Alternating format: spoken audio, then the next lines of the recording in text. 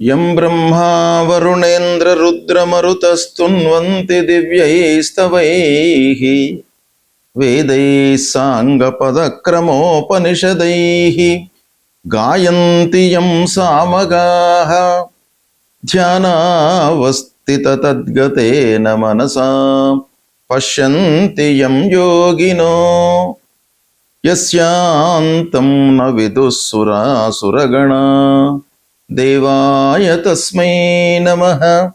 శ్రీ మహాగణాధిపతయే నమః. శ్రీ మహాసరస్వత్యై నమః. శ్రీ గురుభ్యో నమః. శుక్రగోచారము అంటే శుక్రుడు రాశి మారుతున్నటువంటి సందర్భంలో జాతకునికి ఎలాంటి ఫలితాలు ఇస్తాడు?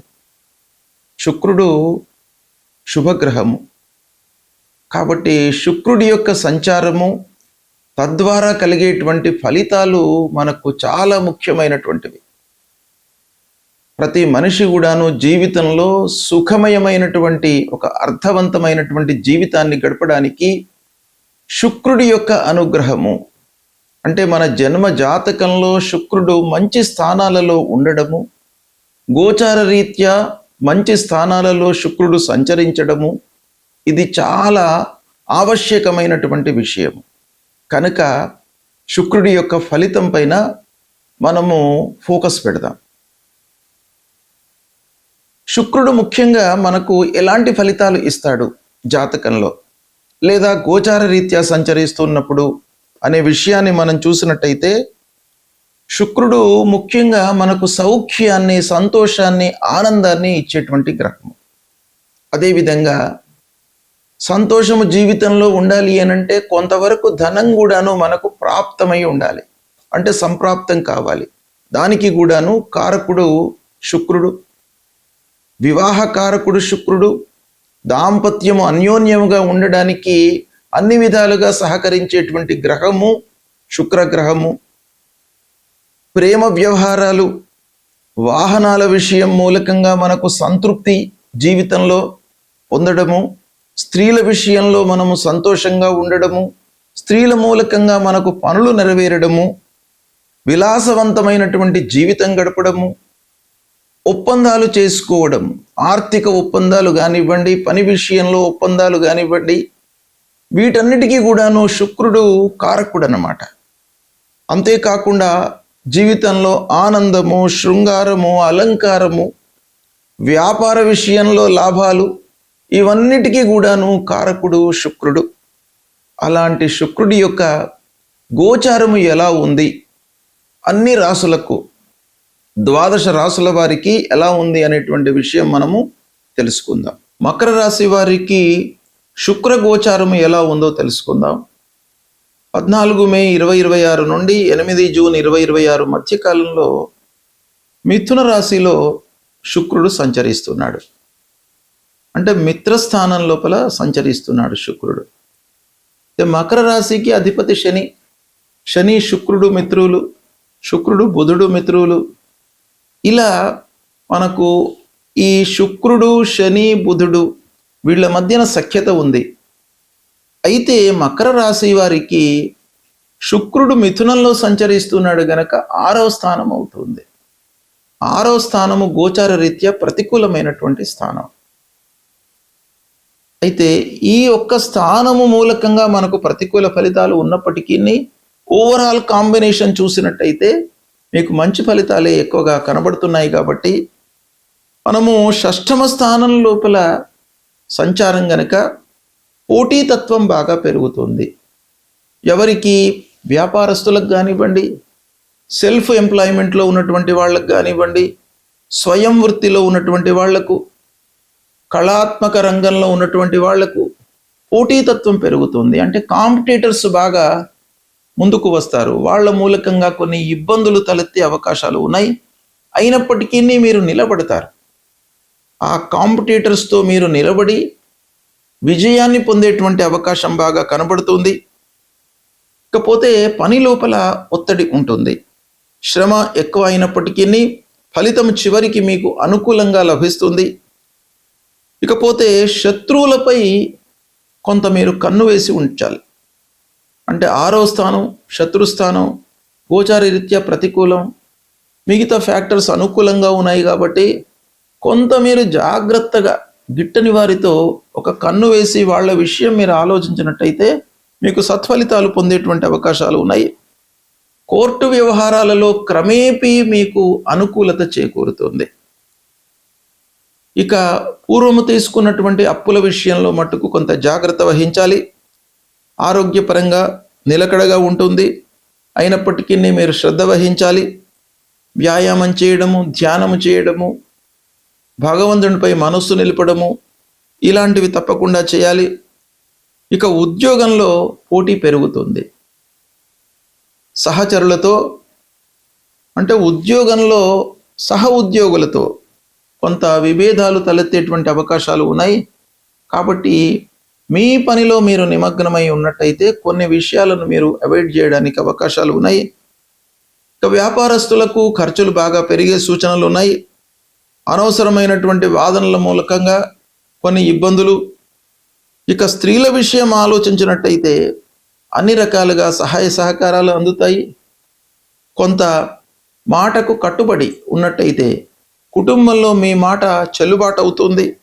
చిన్న చిన్న విభేదాలు వచ్చినప్పటికీ ఫైనల్గా మీ మాటకు అందరూ కూడాను గౌరవాన్ని ఇస్తారు. విద్యార్థులకు శ్రమతో కూడుకున్నటువంటి ఫలితాలు ఉంటాయి.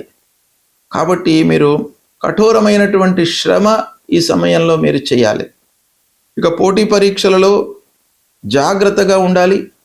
ప్రిపరేషన్ బాగా అవసరం ఈ సమయం లోపల. ఇకపోతే పాత సమస్యలు పరిష్కరింపబడతాయి. ఆరోగ్యపరమైనటువంటి సమస్యల మూలకంగా కొన్ని ఖర్చులు ముందుకు వస్తాయి. ఇకపోతే సేవా రంగంలో ఉన్నటువంటి వారికి బాగా అనుకూలత కనబడుతుంది.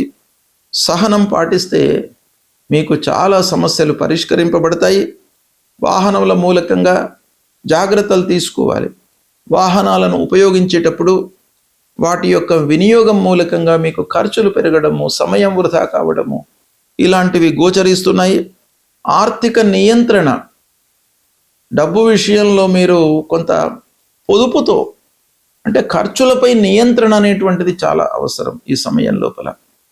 ఇలా ఓవరాల్గా చూసినట్టయితే మకర రాశి వారికి షష్ఠమ స్థానంలో శుక్రుడు సంచరిస్తున్నప్పటికీ శని, శుక్రుడు, బుధుడు ఈ కాంబినేషన్ మీకు చాలా అనుకూలమైనటువంటిది కనుక మీరు శ్రమ చేసినట్టయితే, కష్టపడినట్టయితే మీకు తప్పకుండా మంచి ఫలితాలు కలుగుతాయి. విద్యార్థులు కూడాను కొంత శ్రమతో మీరు ఏకాగ్రతతో చేసినట్టయితే పోటీ పరీక్షలలో మంచి స్థాయిలో నిలుస్తారు. కొన్ని విషయాలలో జాగ్రత్తలు తీసుకోవడము ఈ సమయంలో అవసరము. శుక్ర గోచారము అత్యంత ప్రాధాన్యతను సంతరించుకున్నటువంటి సంచారము. శుభగ్రహాలలో శుక్రుడు చాలా ముఖ్యమైనటువంటి గ్రహము. అయితే ఇలాంటి శుక్రుడు ప్రతికూలంగా ఉన్నప్పుడు, అంటే సాధారణంగా శుక్రుడికి గోచార స్థానాలు ఎక్కువగా చెప్పబడి ఉన్నాయి. అంటే శుభస్థానాలు ఎక్కువగా ఉన్నాయి. 12 స్థానాల లోపల 9 స్థానాలలో సంచరిస్తున్నటువంటి సమయంలో శుభ ఫలితాలను ఇస్తాడు. కేవలము శుక్రుడికి కవి అగ దశ షడ్ వర్జ అన్నారు శాస్త్రం. అంటే శుక్రుడు 6వ స్థానము, 7వ స్థానము, 10వ స్థానం, ఈ 3 స్థానాలలో సంచరిస్తున్నటువంటి సమయం లోపల ప్రతికూలమైనటువంటి ఫలితాలు ఇస్తాడు. మిగతా అన్ని స్థానాల లోపల కూడాను శుభ ఫలితాలను ఇస్తాడు. అంటే దాదాపు 9 స్థానాలలో శుభ ఫలితాలను, 3 స్థానాలలో సంచరిస్తున్నప్పుడు ప్రతికూలమైనటువంటి ఫలితాలను ఇస్తాడు. అంటే సాధారణంగా శుక్రుడి యొక్క సంచారము 75% మనకు మంచి ఫలితాలను ఇచ్చే అవకాశాలు ఉంటాయి.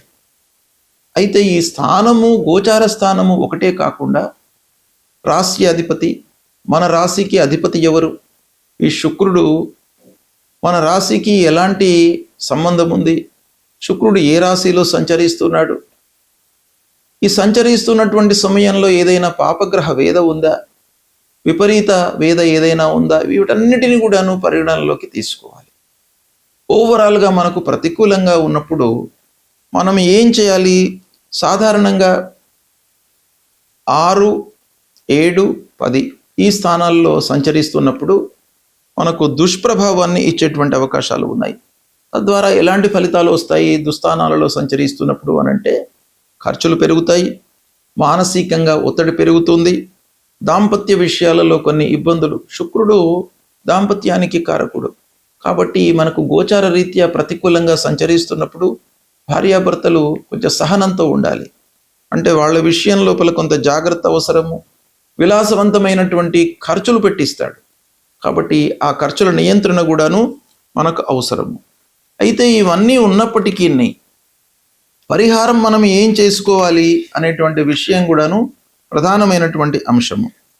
అయితే శుక్రుడు ప్రధానంగా ప్రతికూలంగా ఉన్నప్పుడు మనము శుక్రుడికి సంబంధించినటువంటి మూలమంత్ర జపం చేసుకోవడము, మహాలక్ష్మి అష్టోత్తరాన్ని ప్రతినిత్యం కూడాను పఠించడము, అమ్మవారిని పూజించడము, అమ్మవారి దేవాలయానికి వెళ్ళడము, ఇలాంటివి చేసినట్టయితే మీకు శుక్రుడి యొక్క అనుగ్రహం లభిస్తుంది. ముఖ్యంగా తెల్లటి వస్త్రాలను మీరు ఎక్కువగా ధరించండి ఈ సమయం లోపల. తద్వారా మీకు శుక్రుడి యొక్క అనుగ్రహం లభిస్తుంది, మీకు మంచి ఫలితాలను ఇస్తాడు.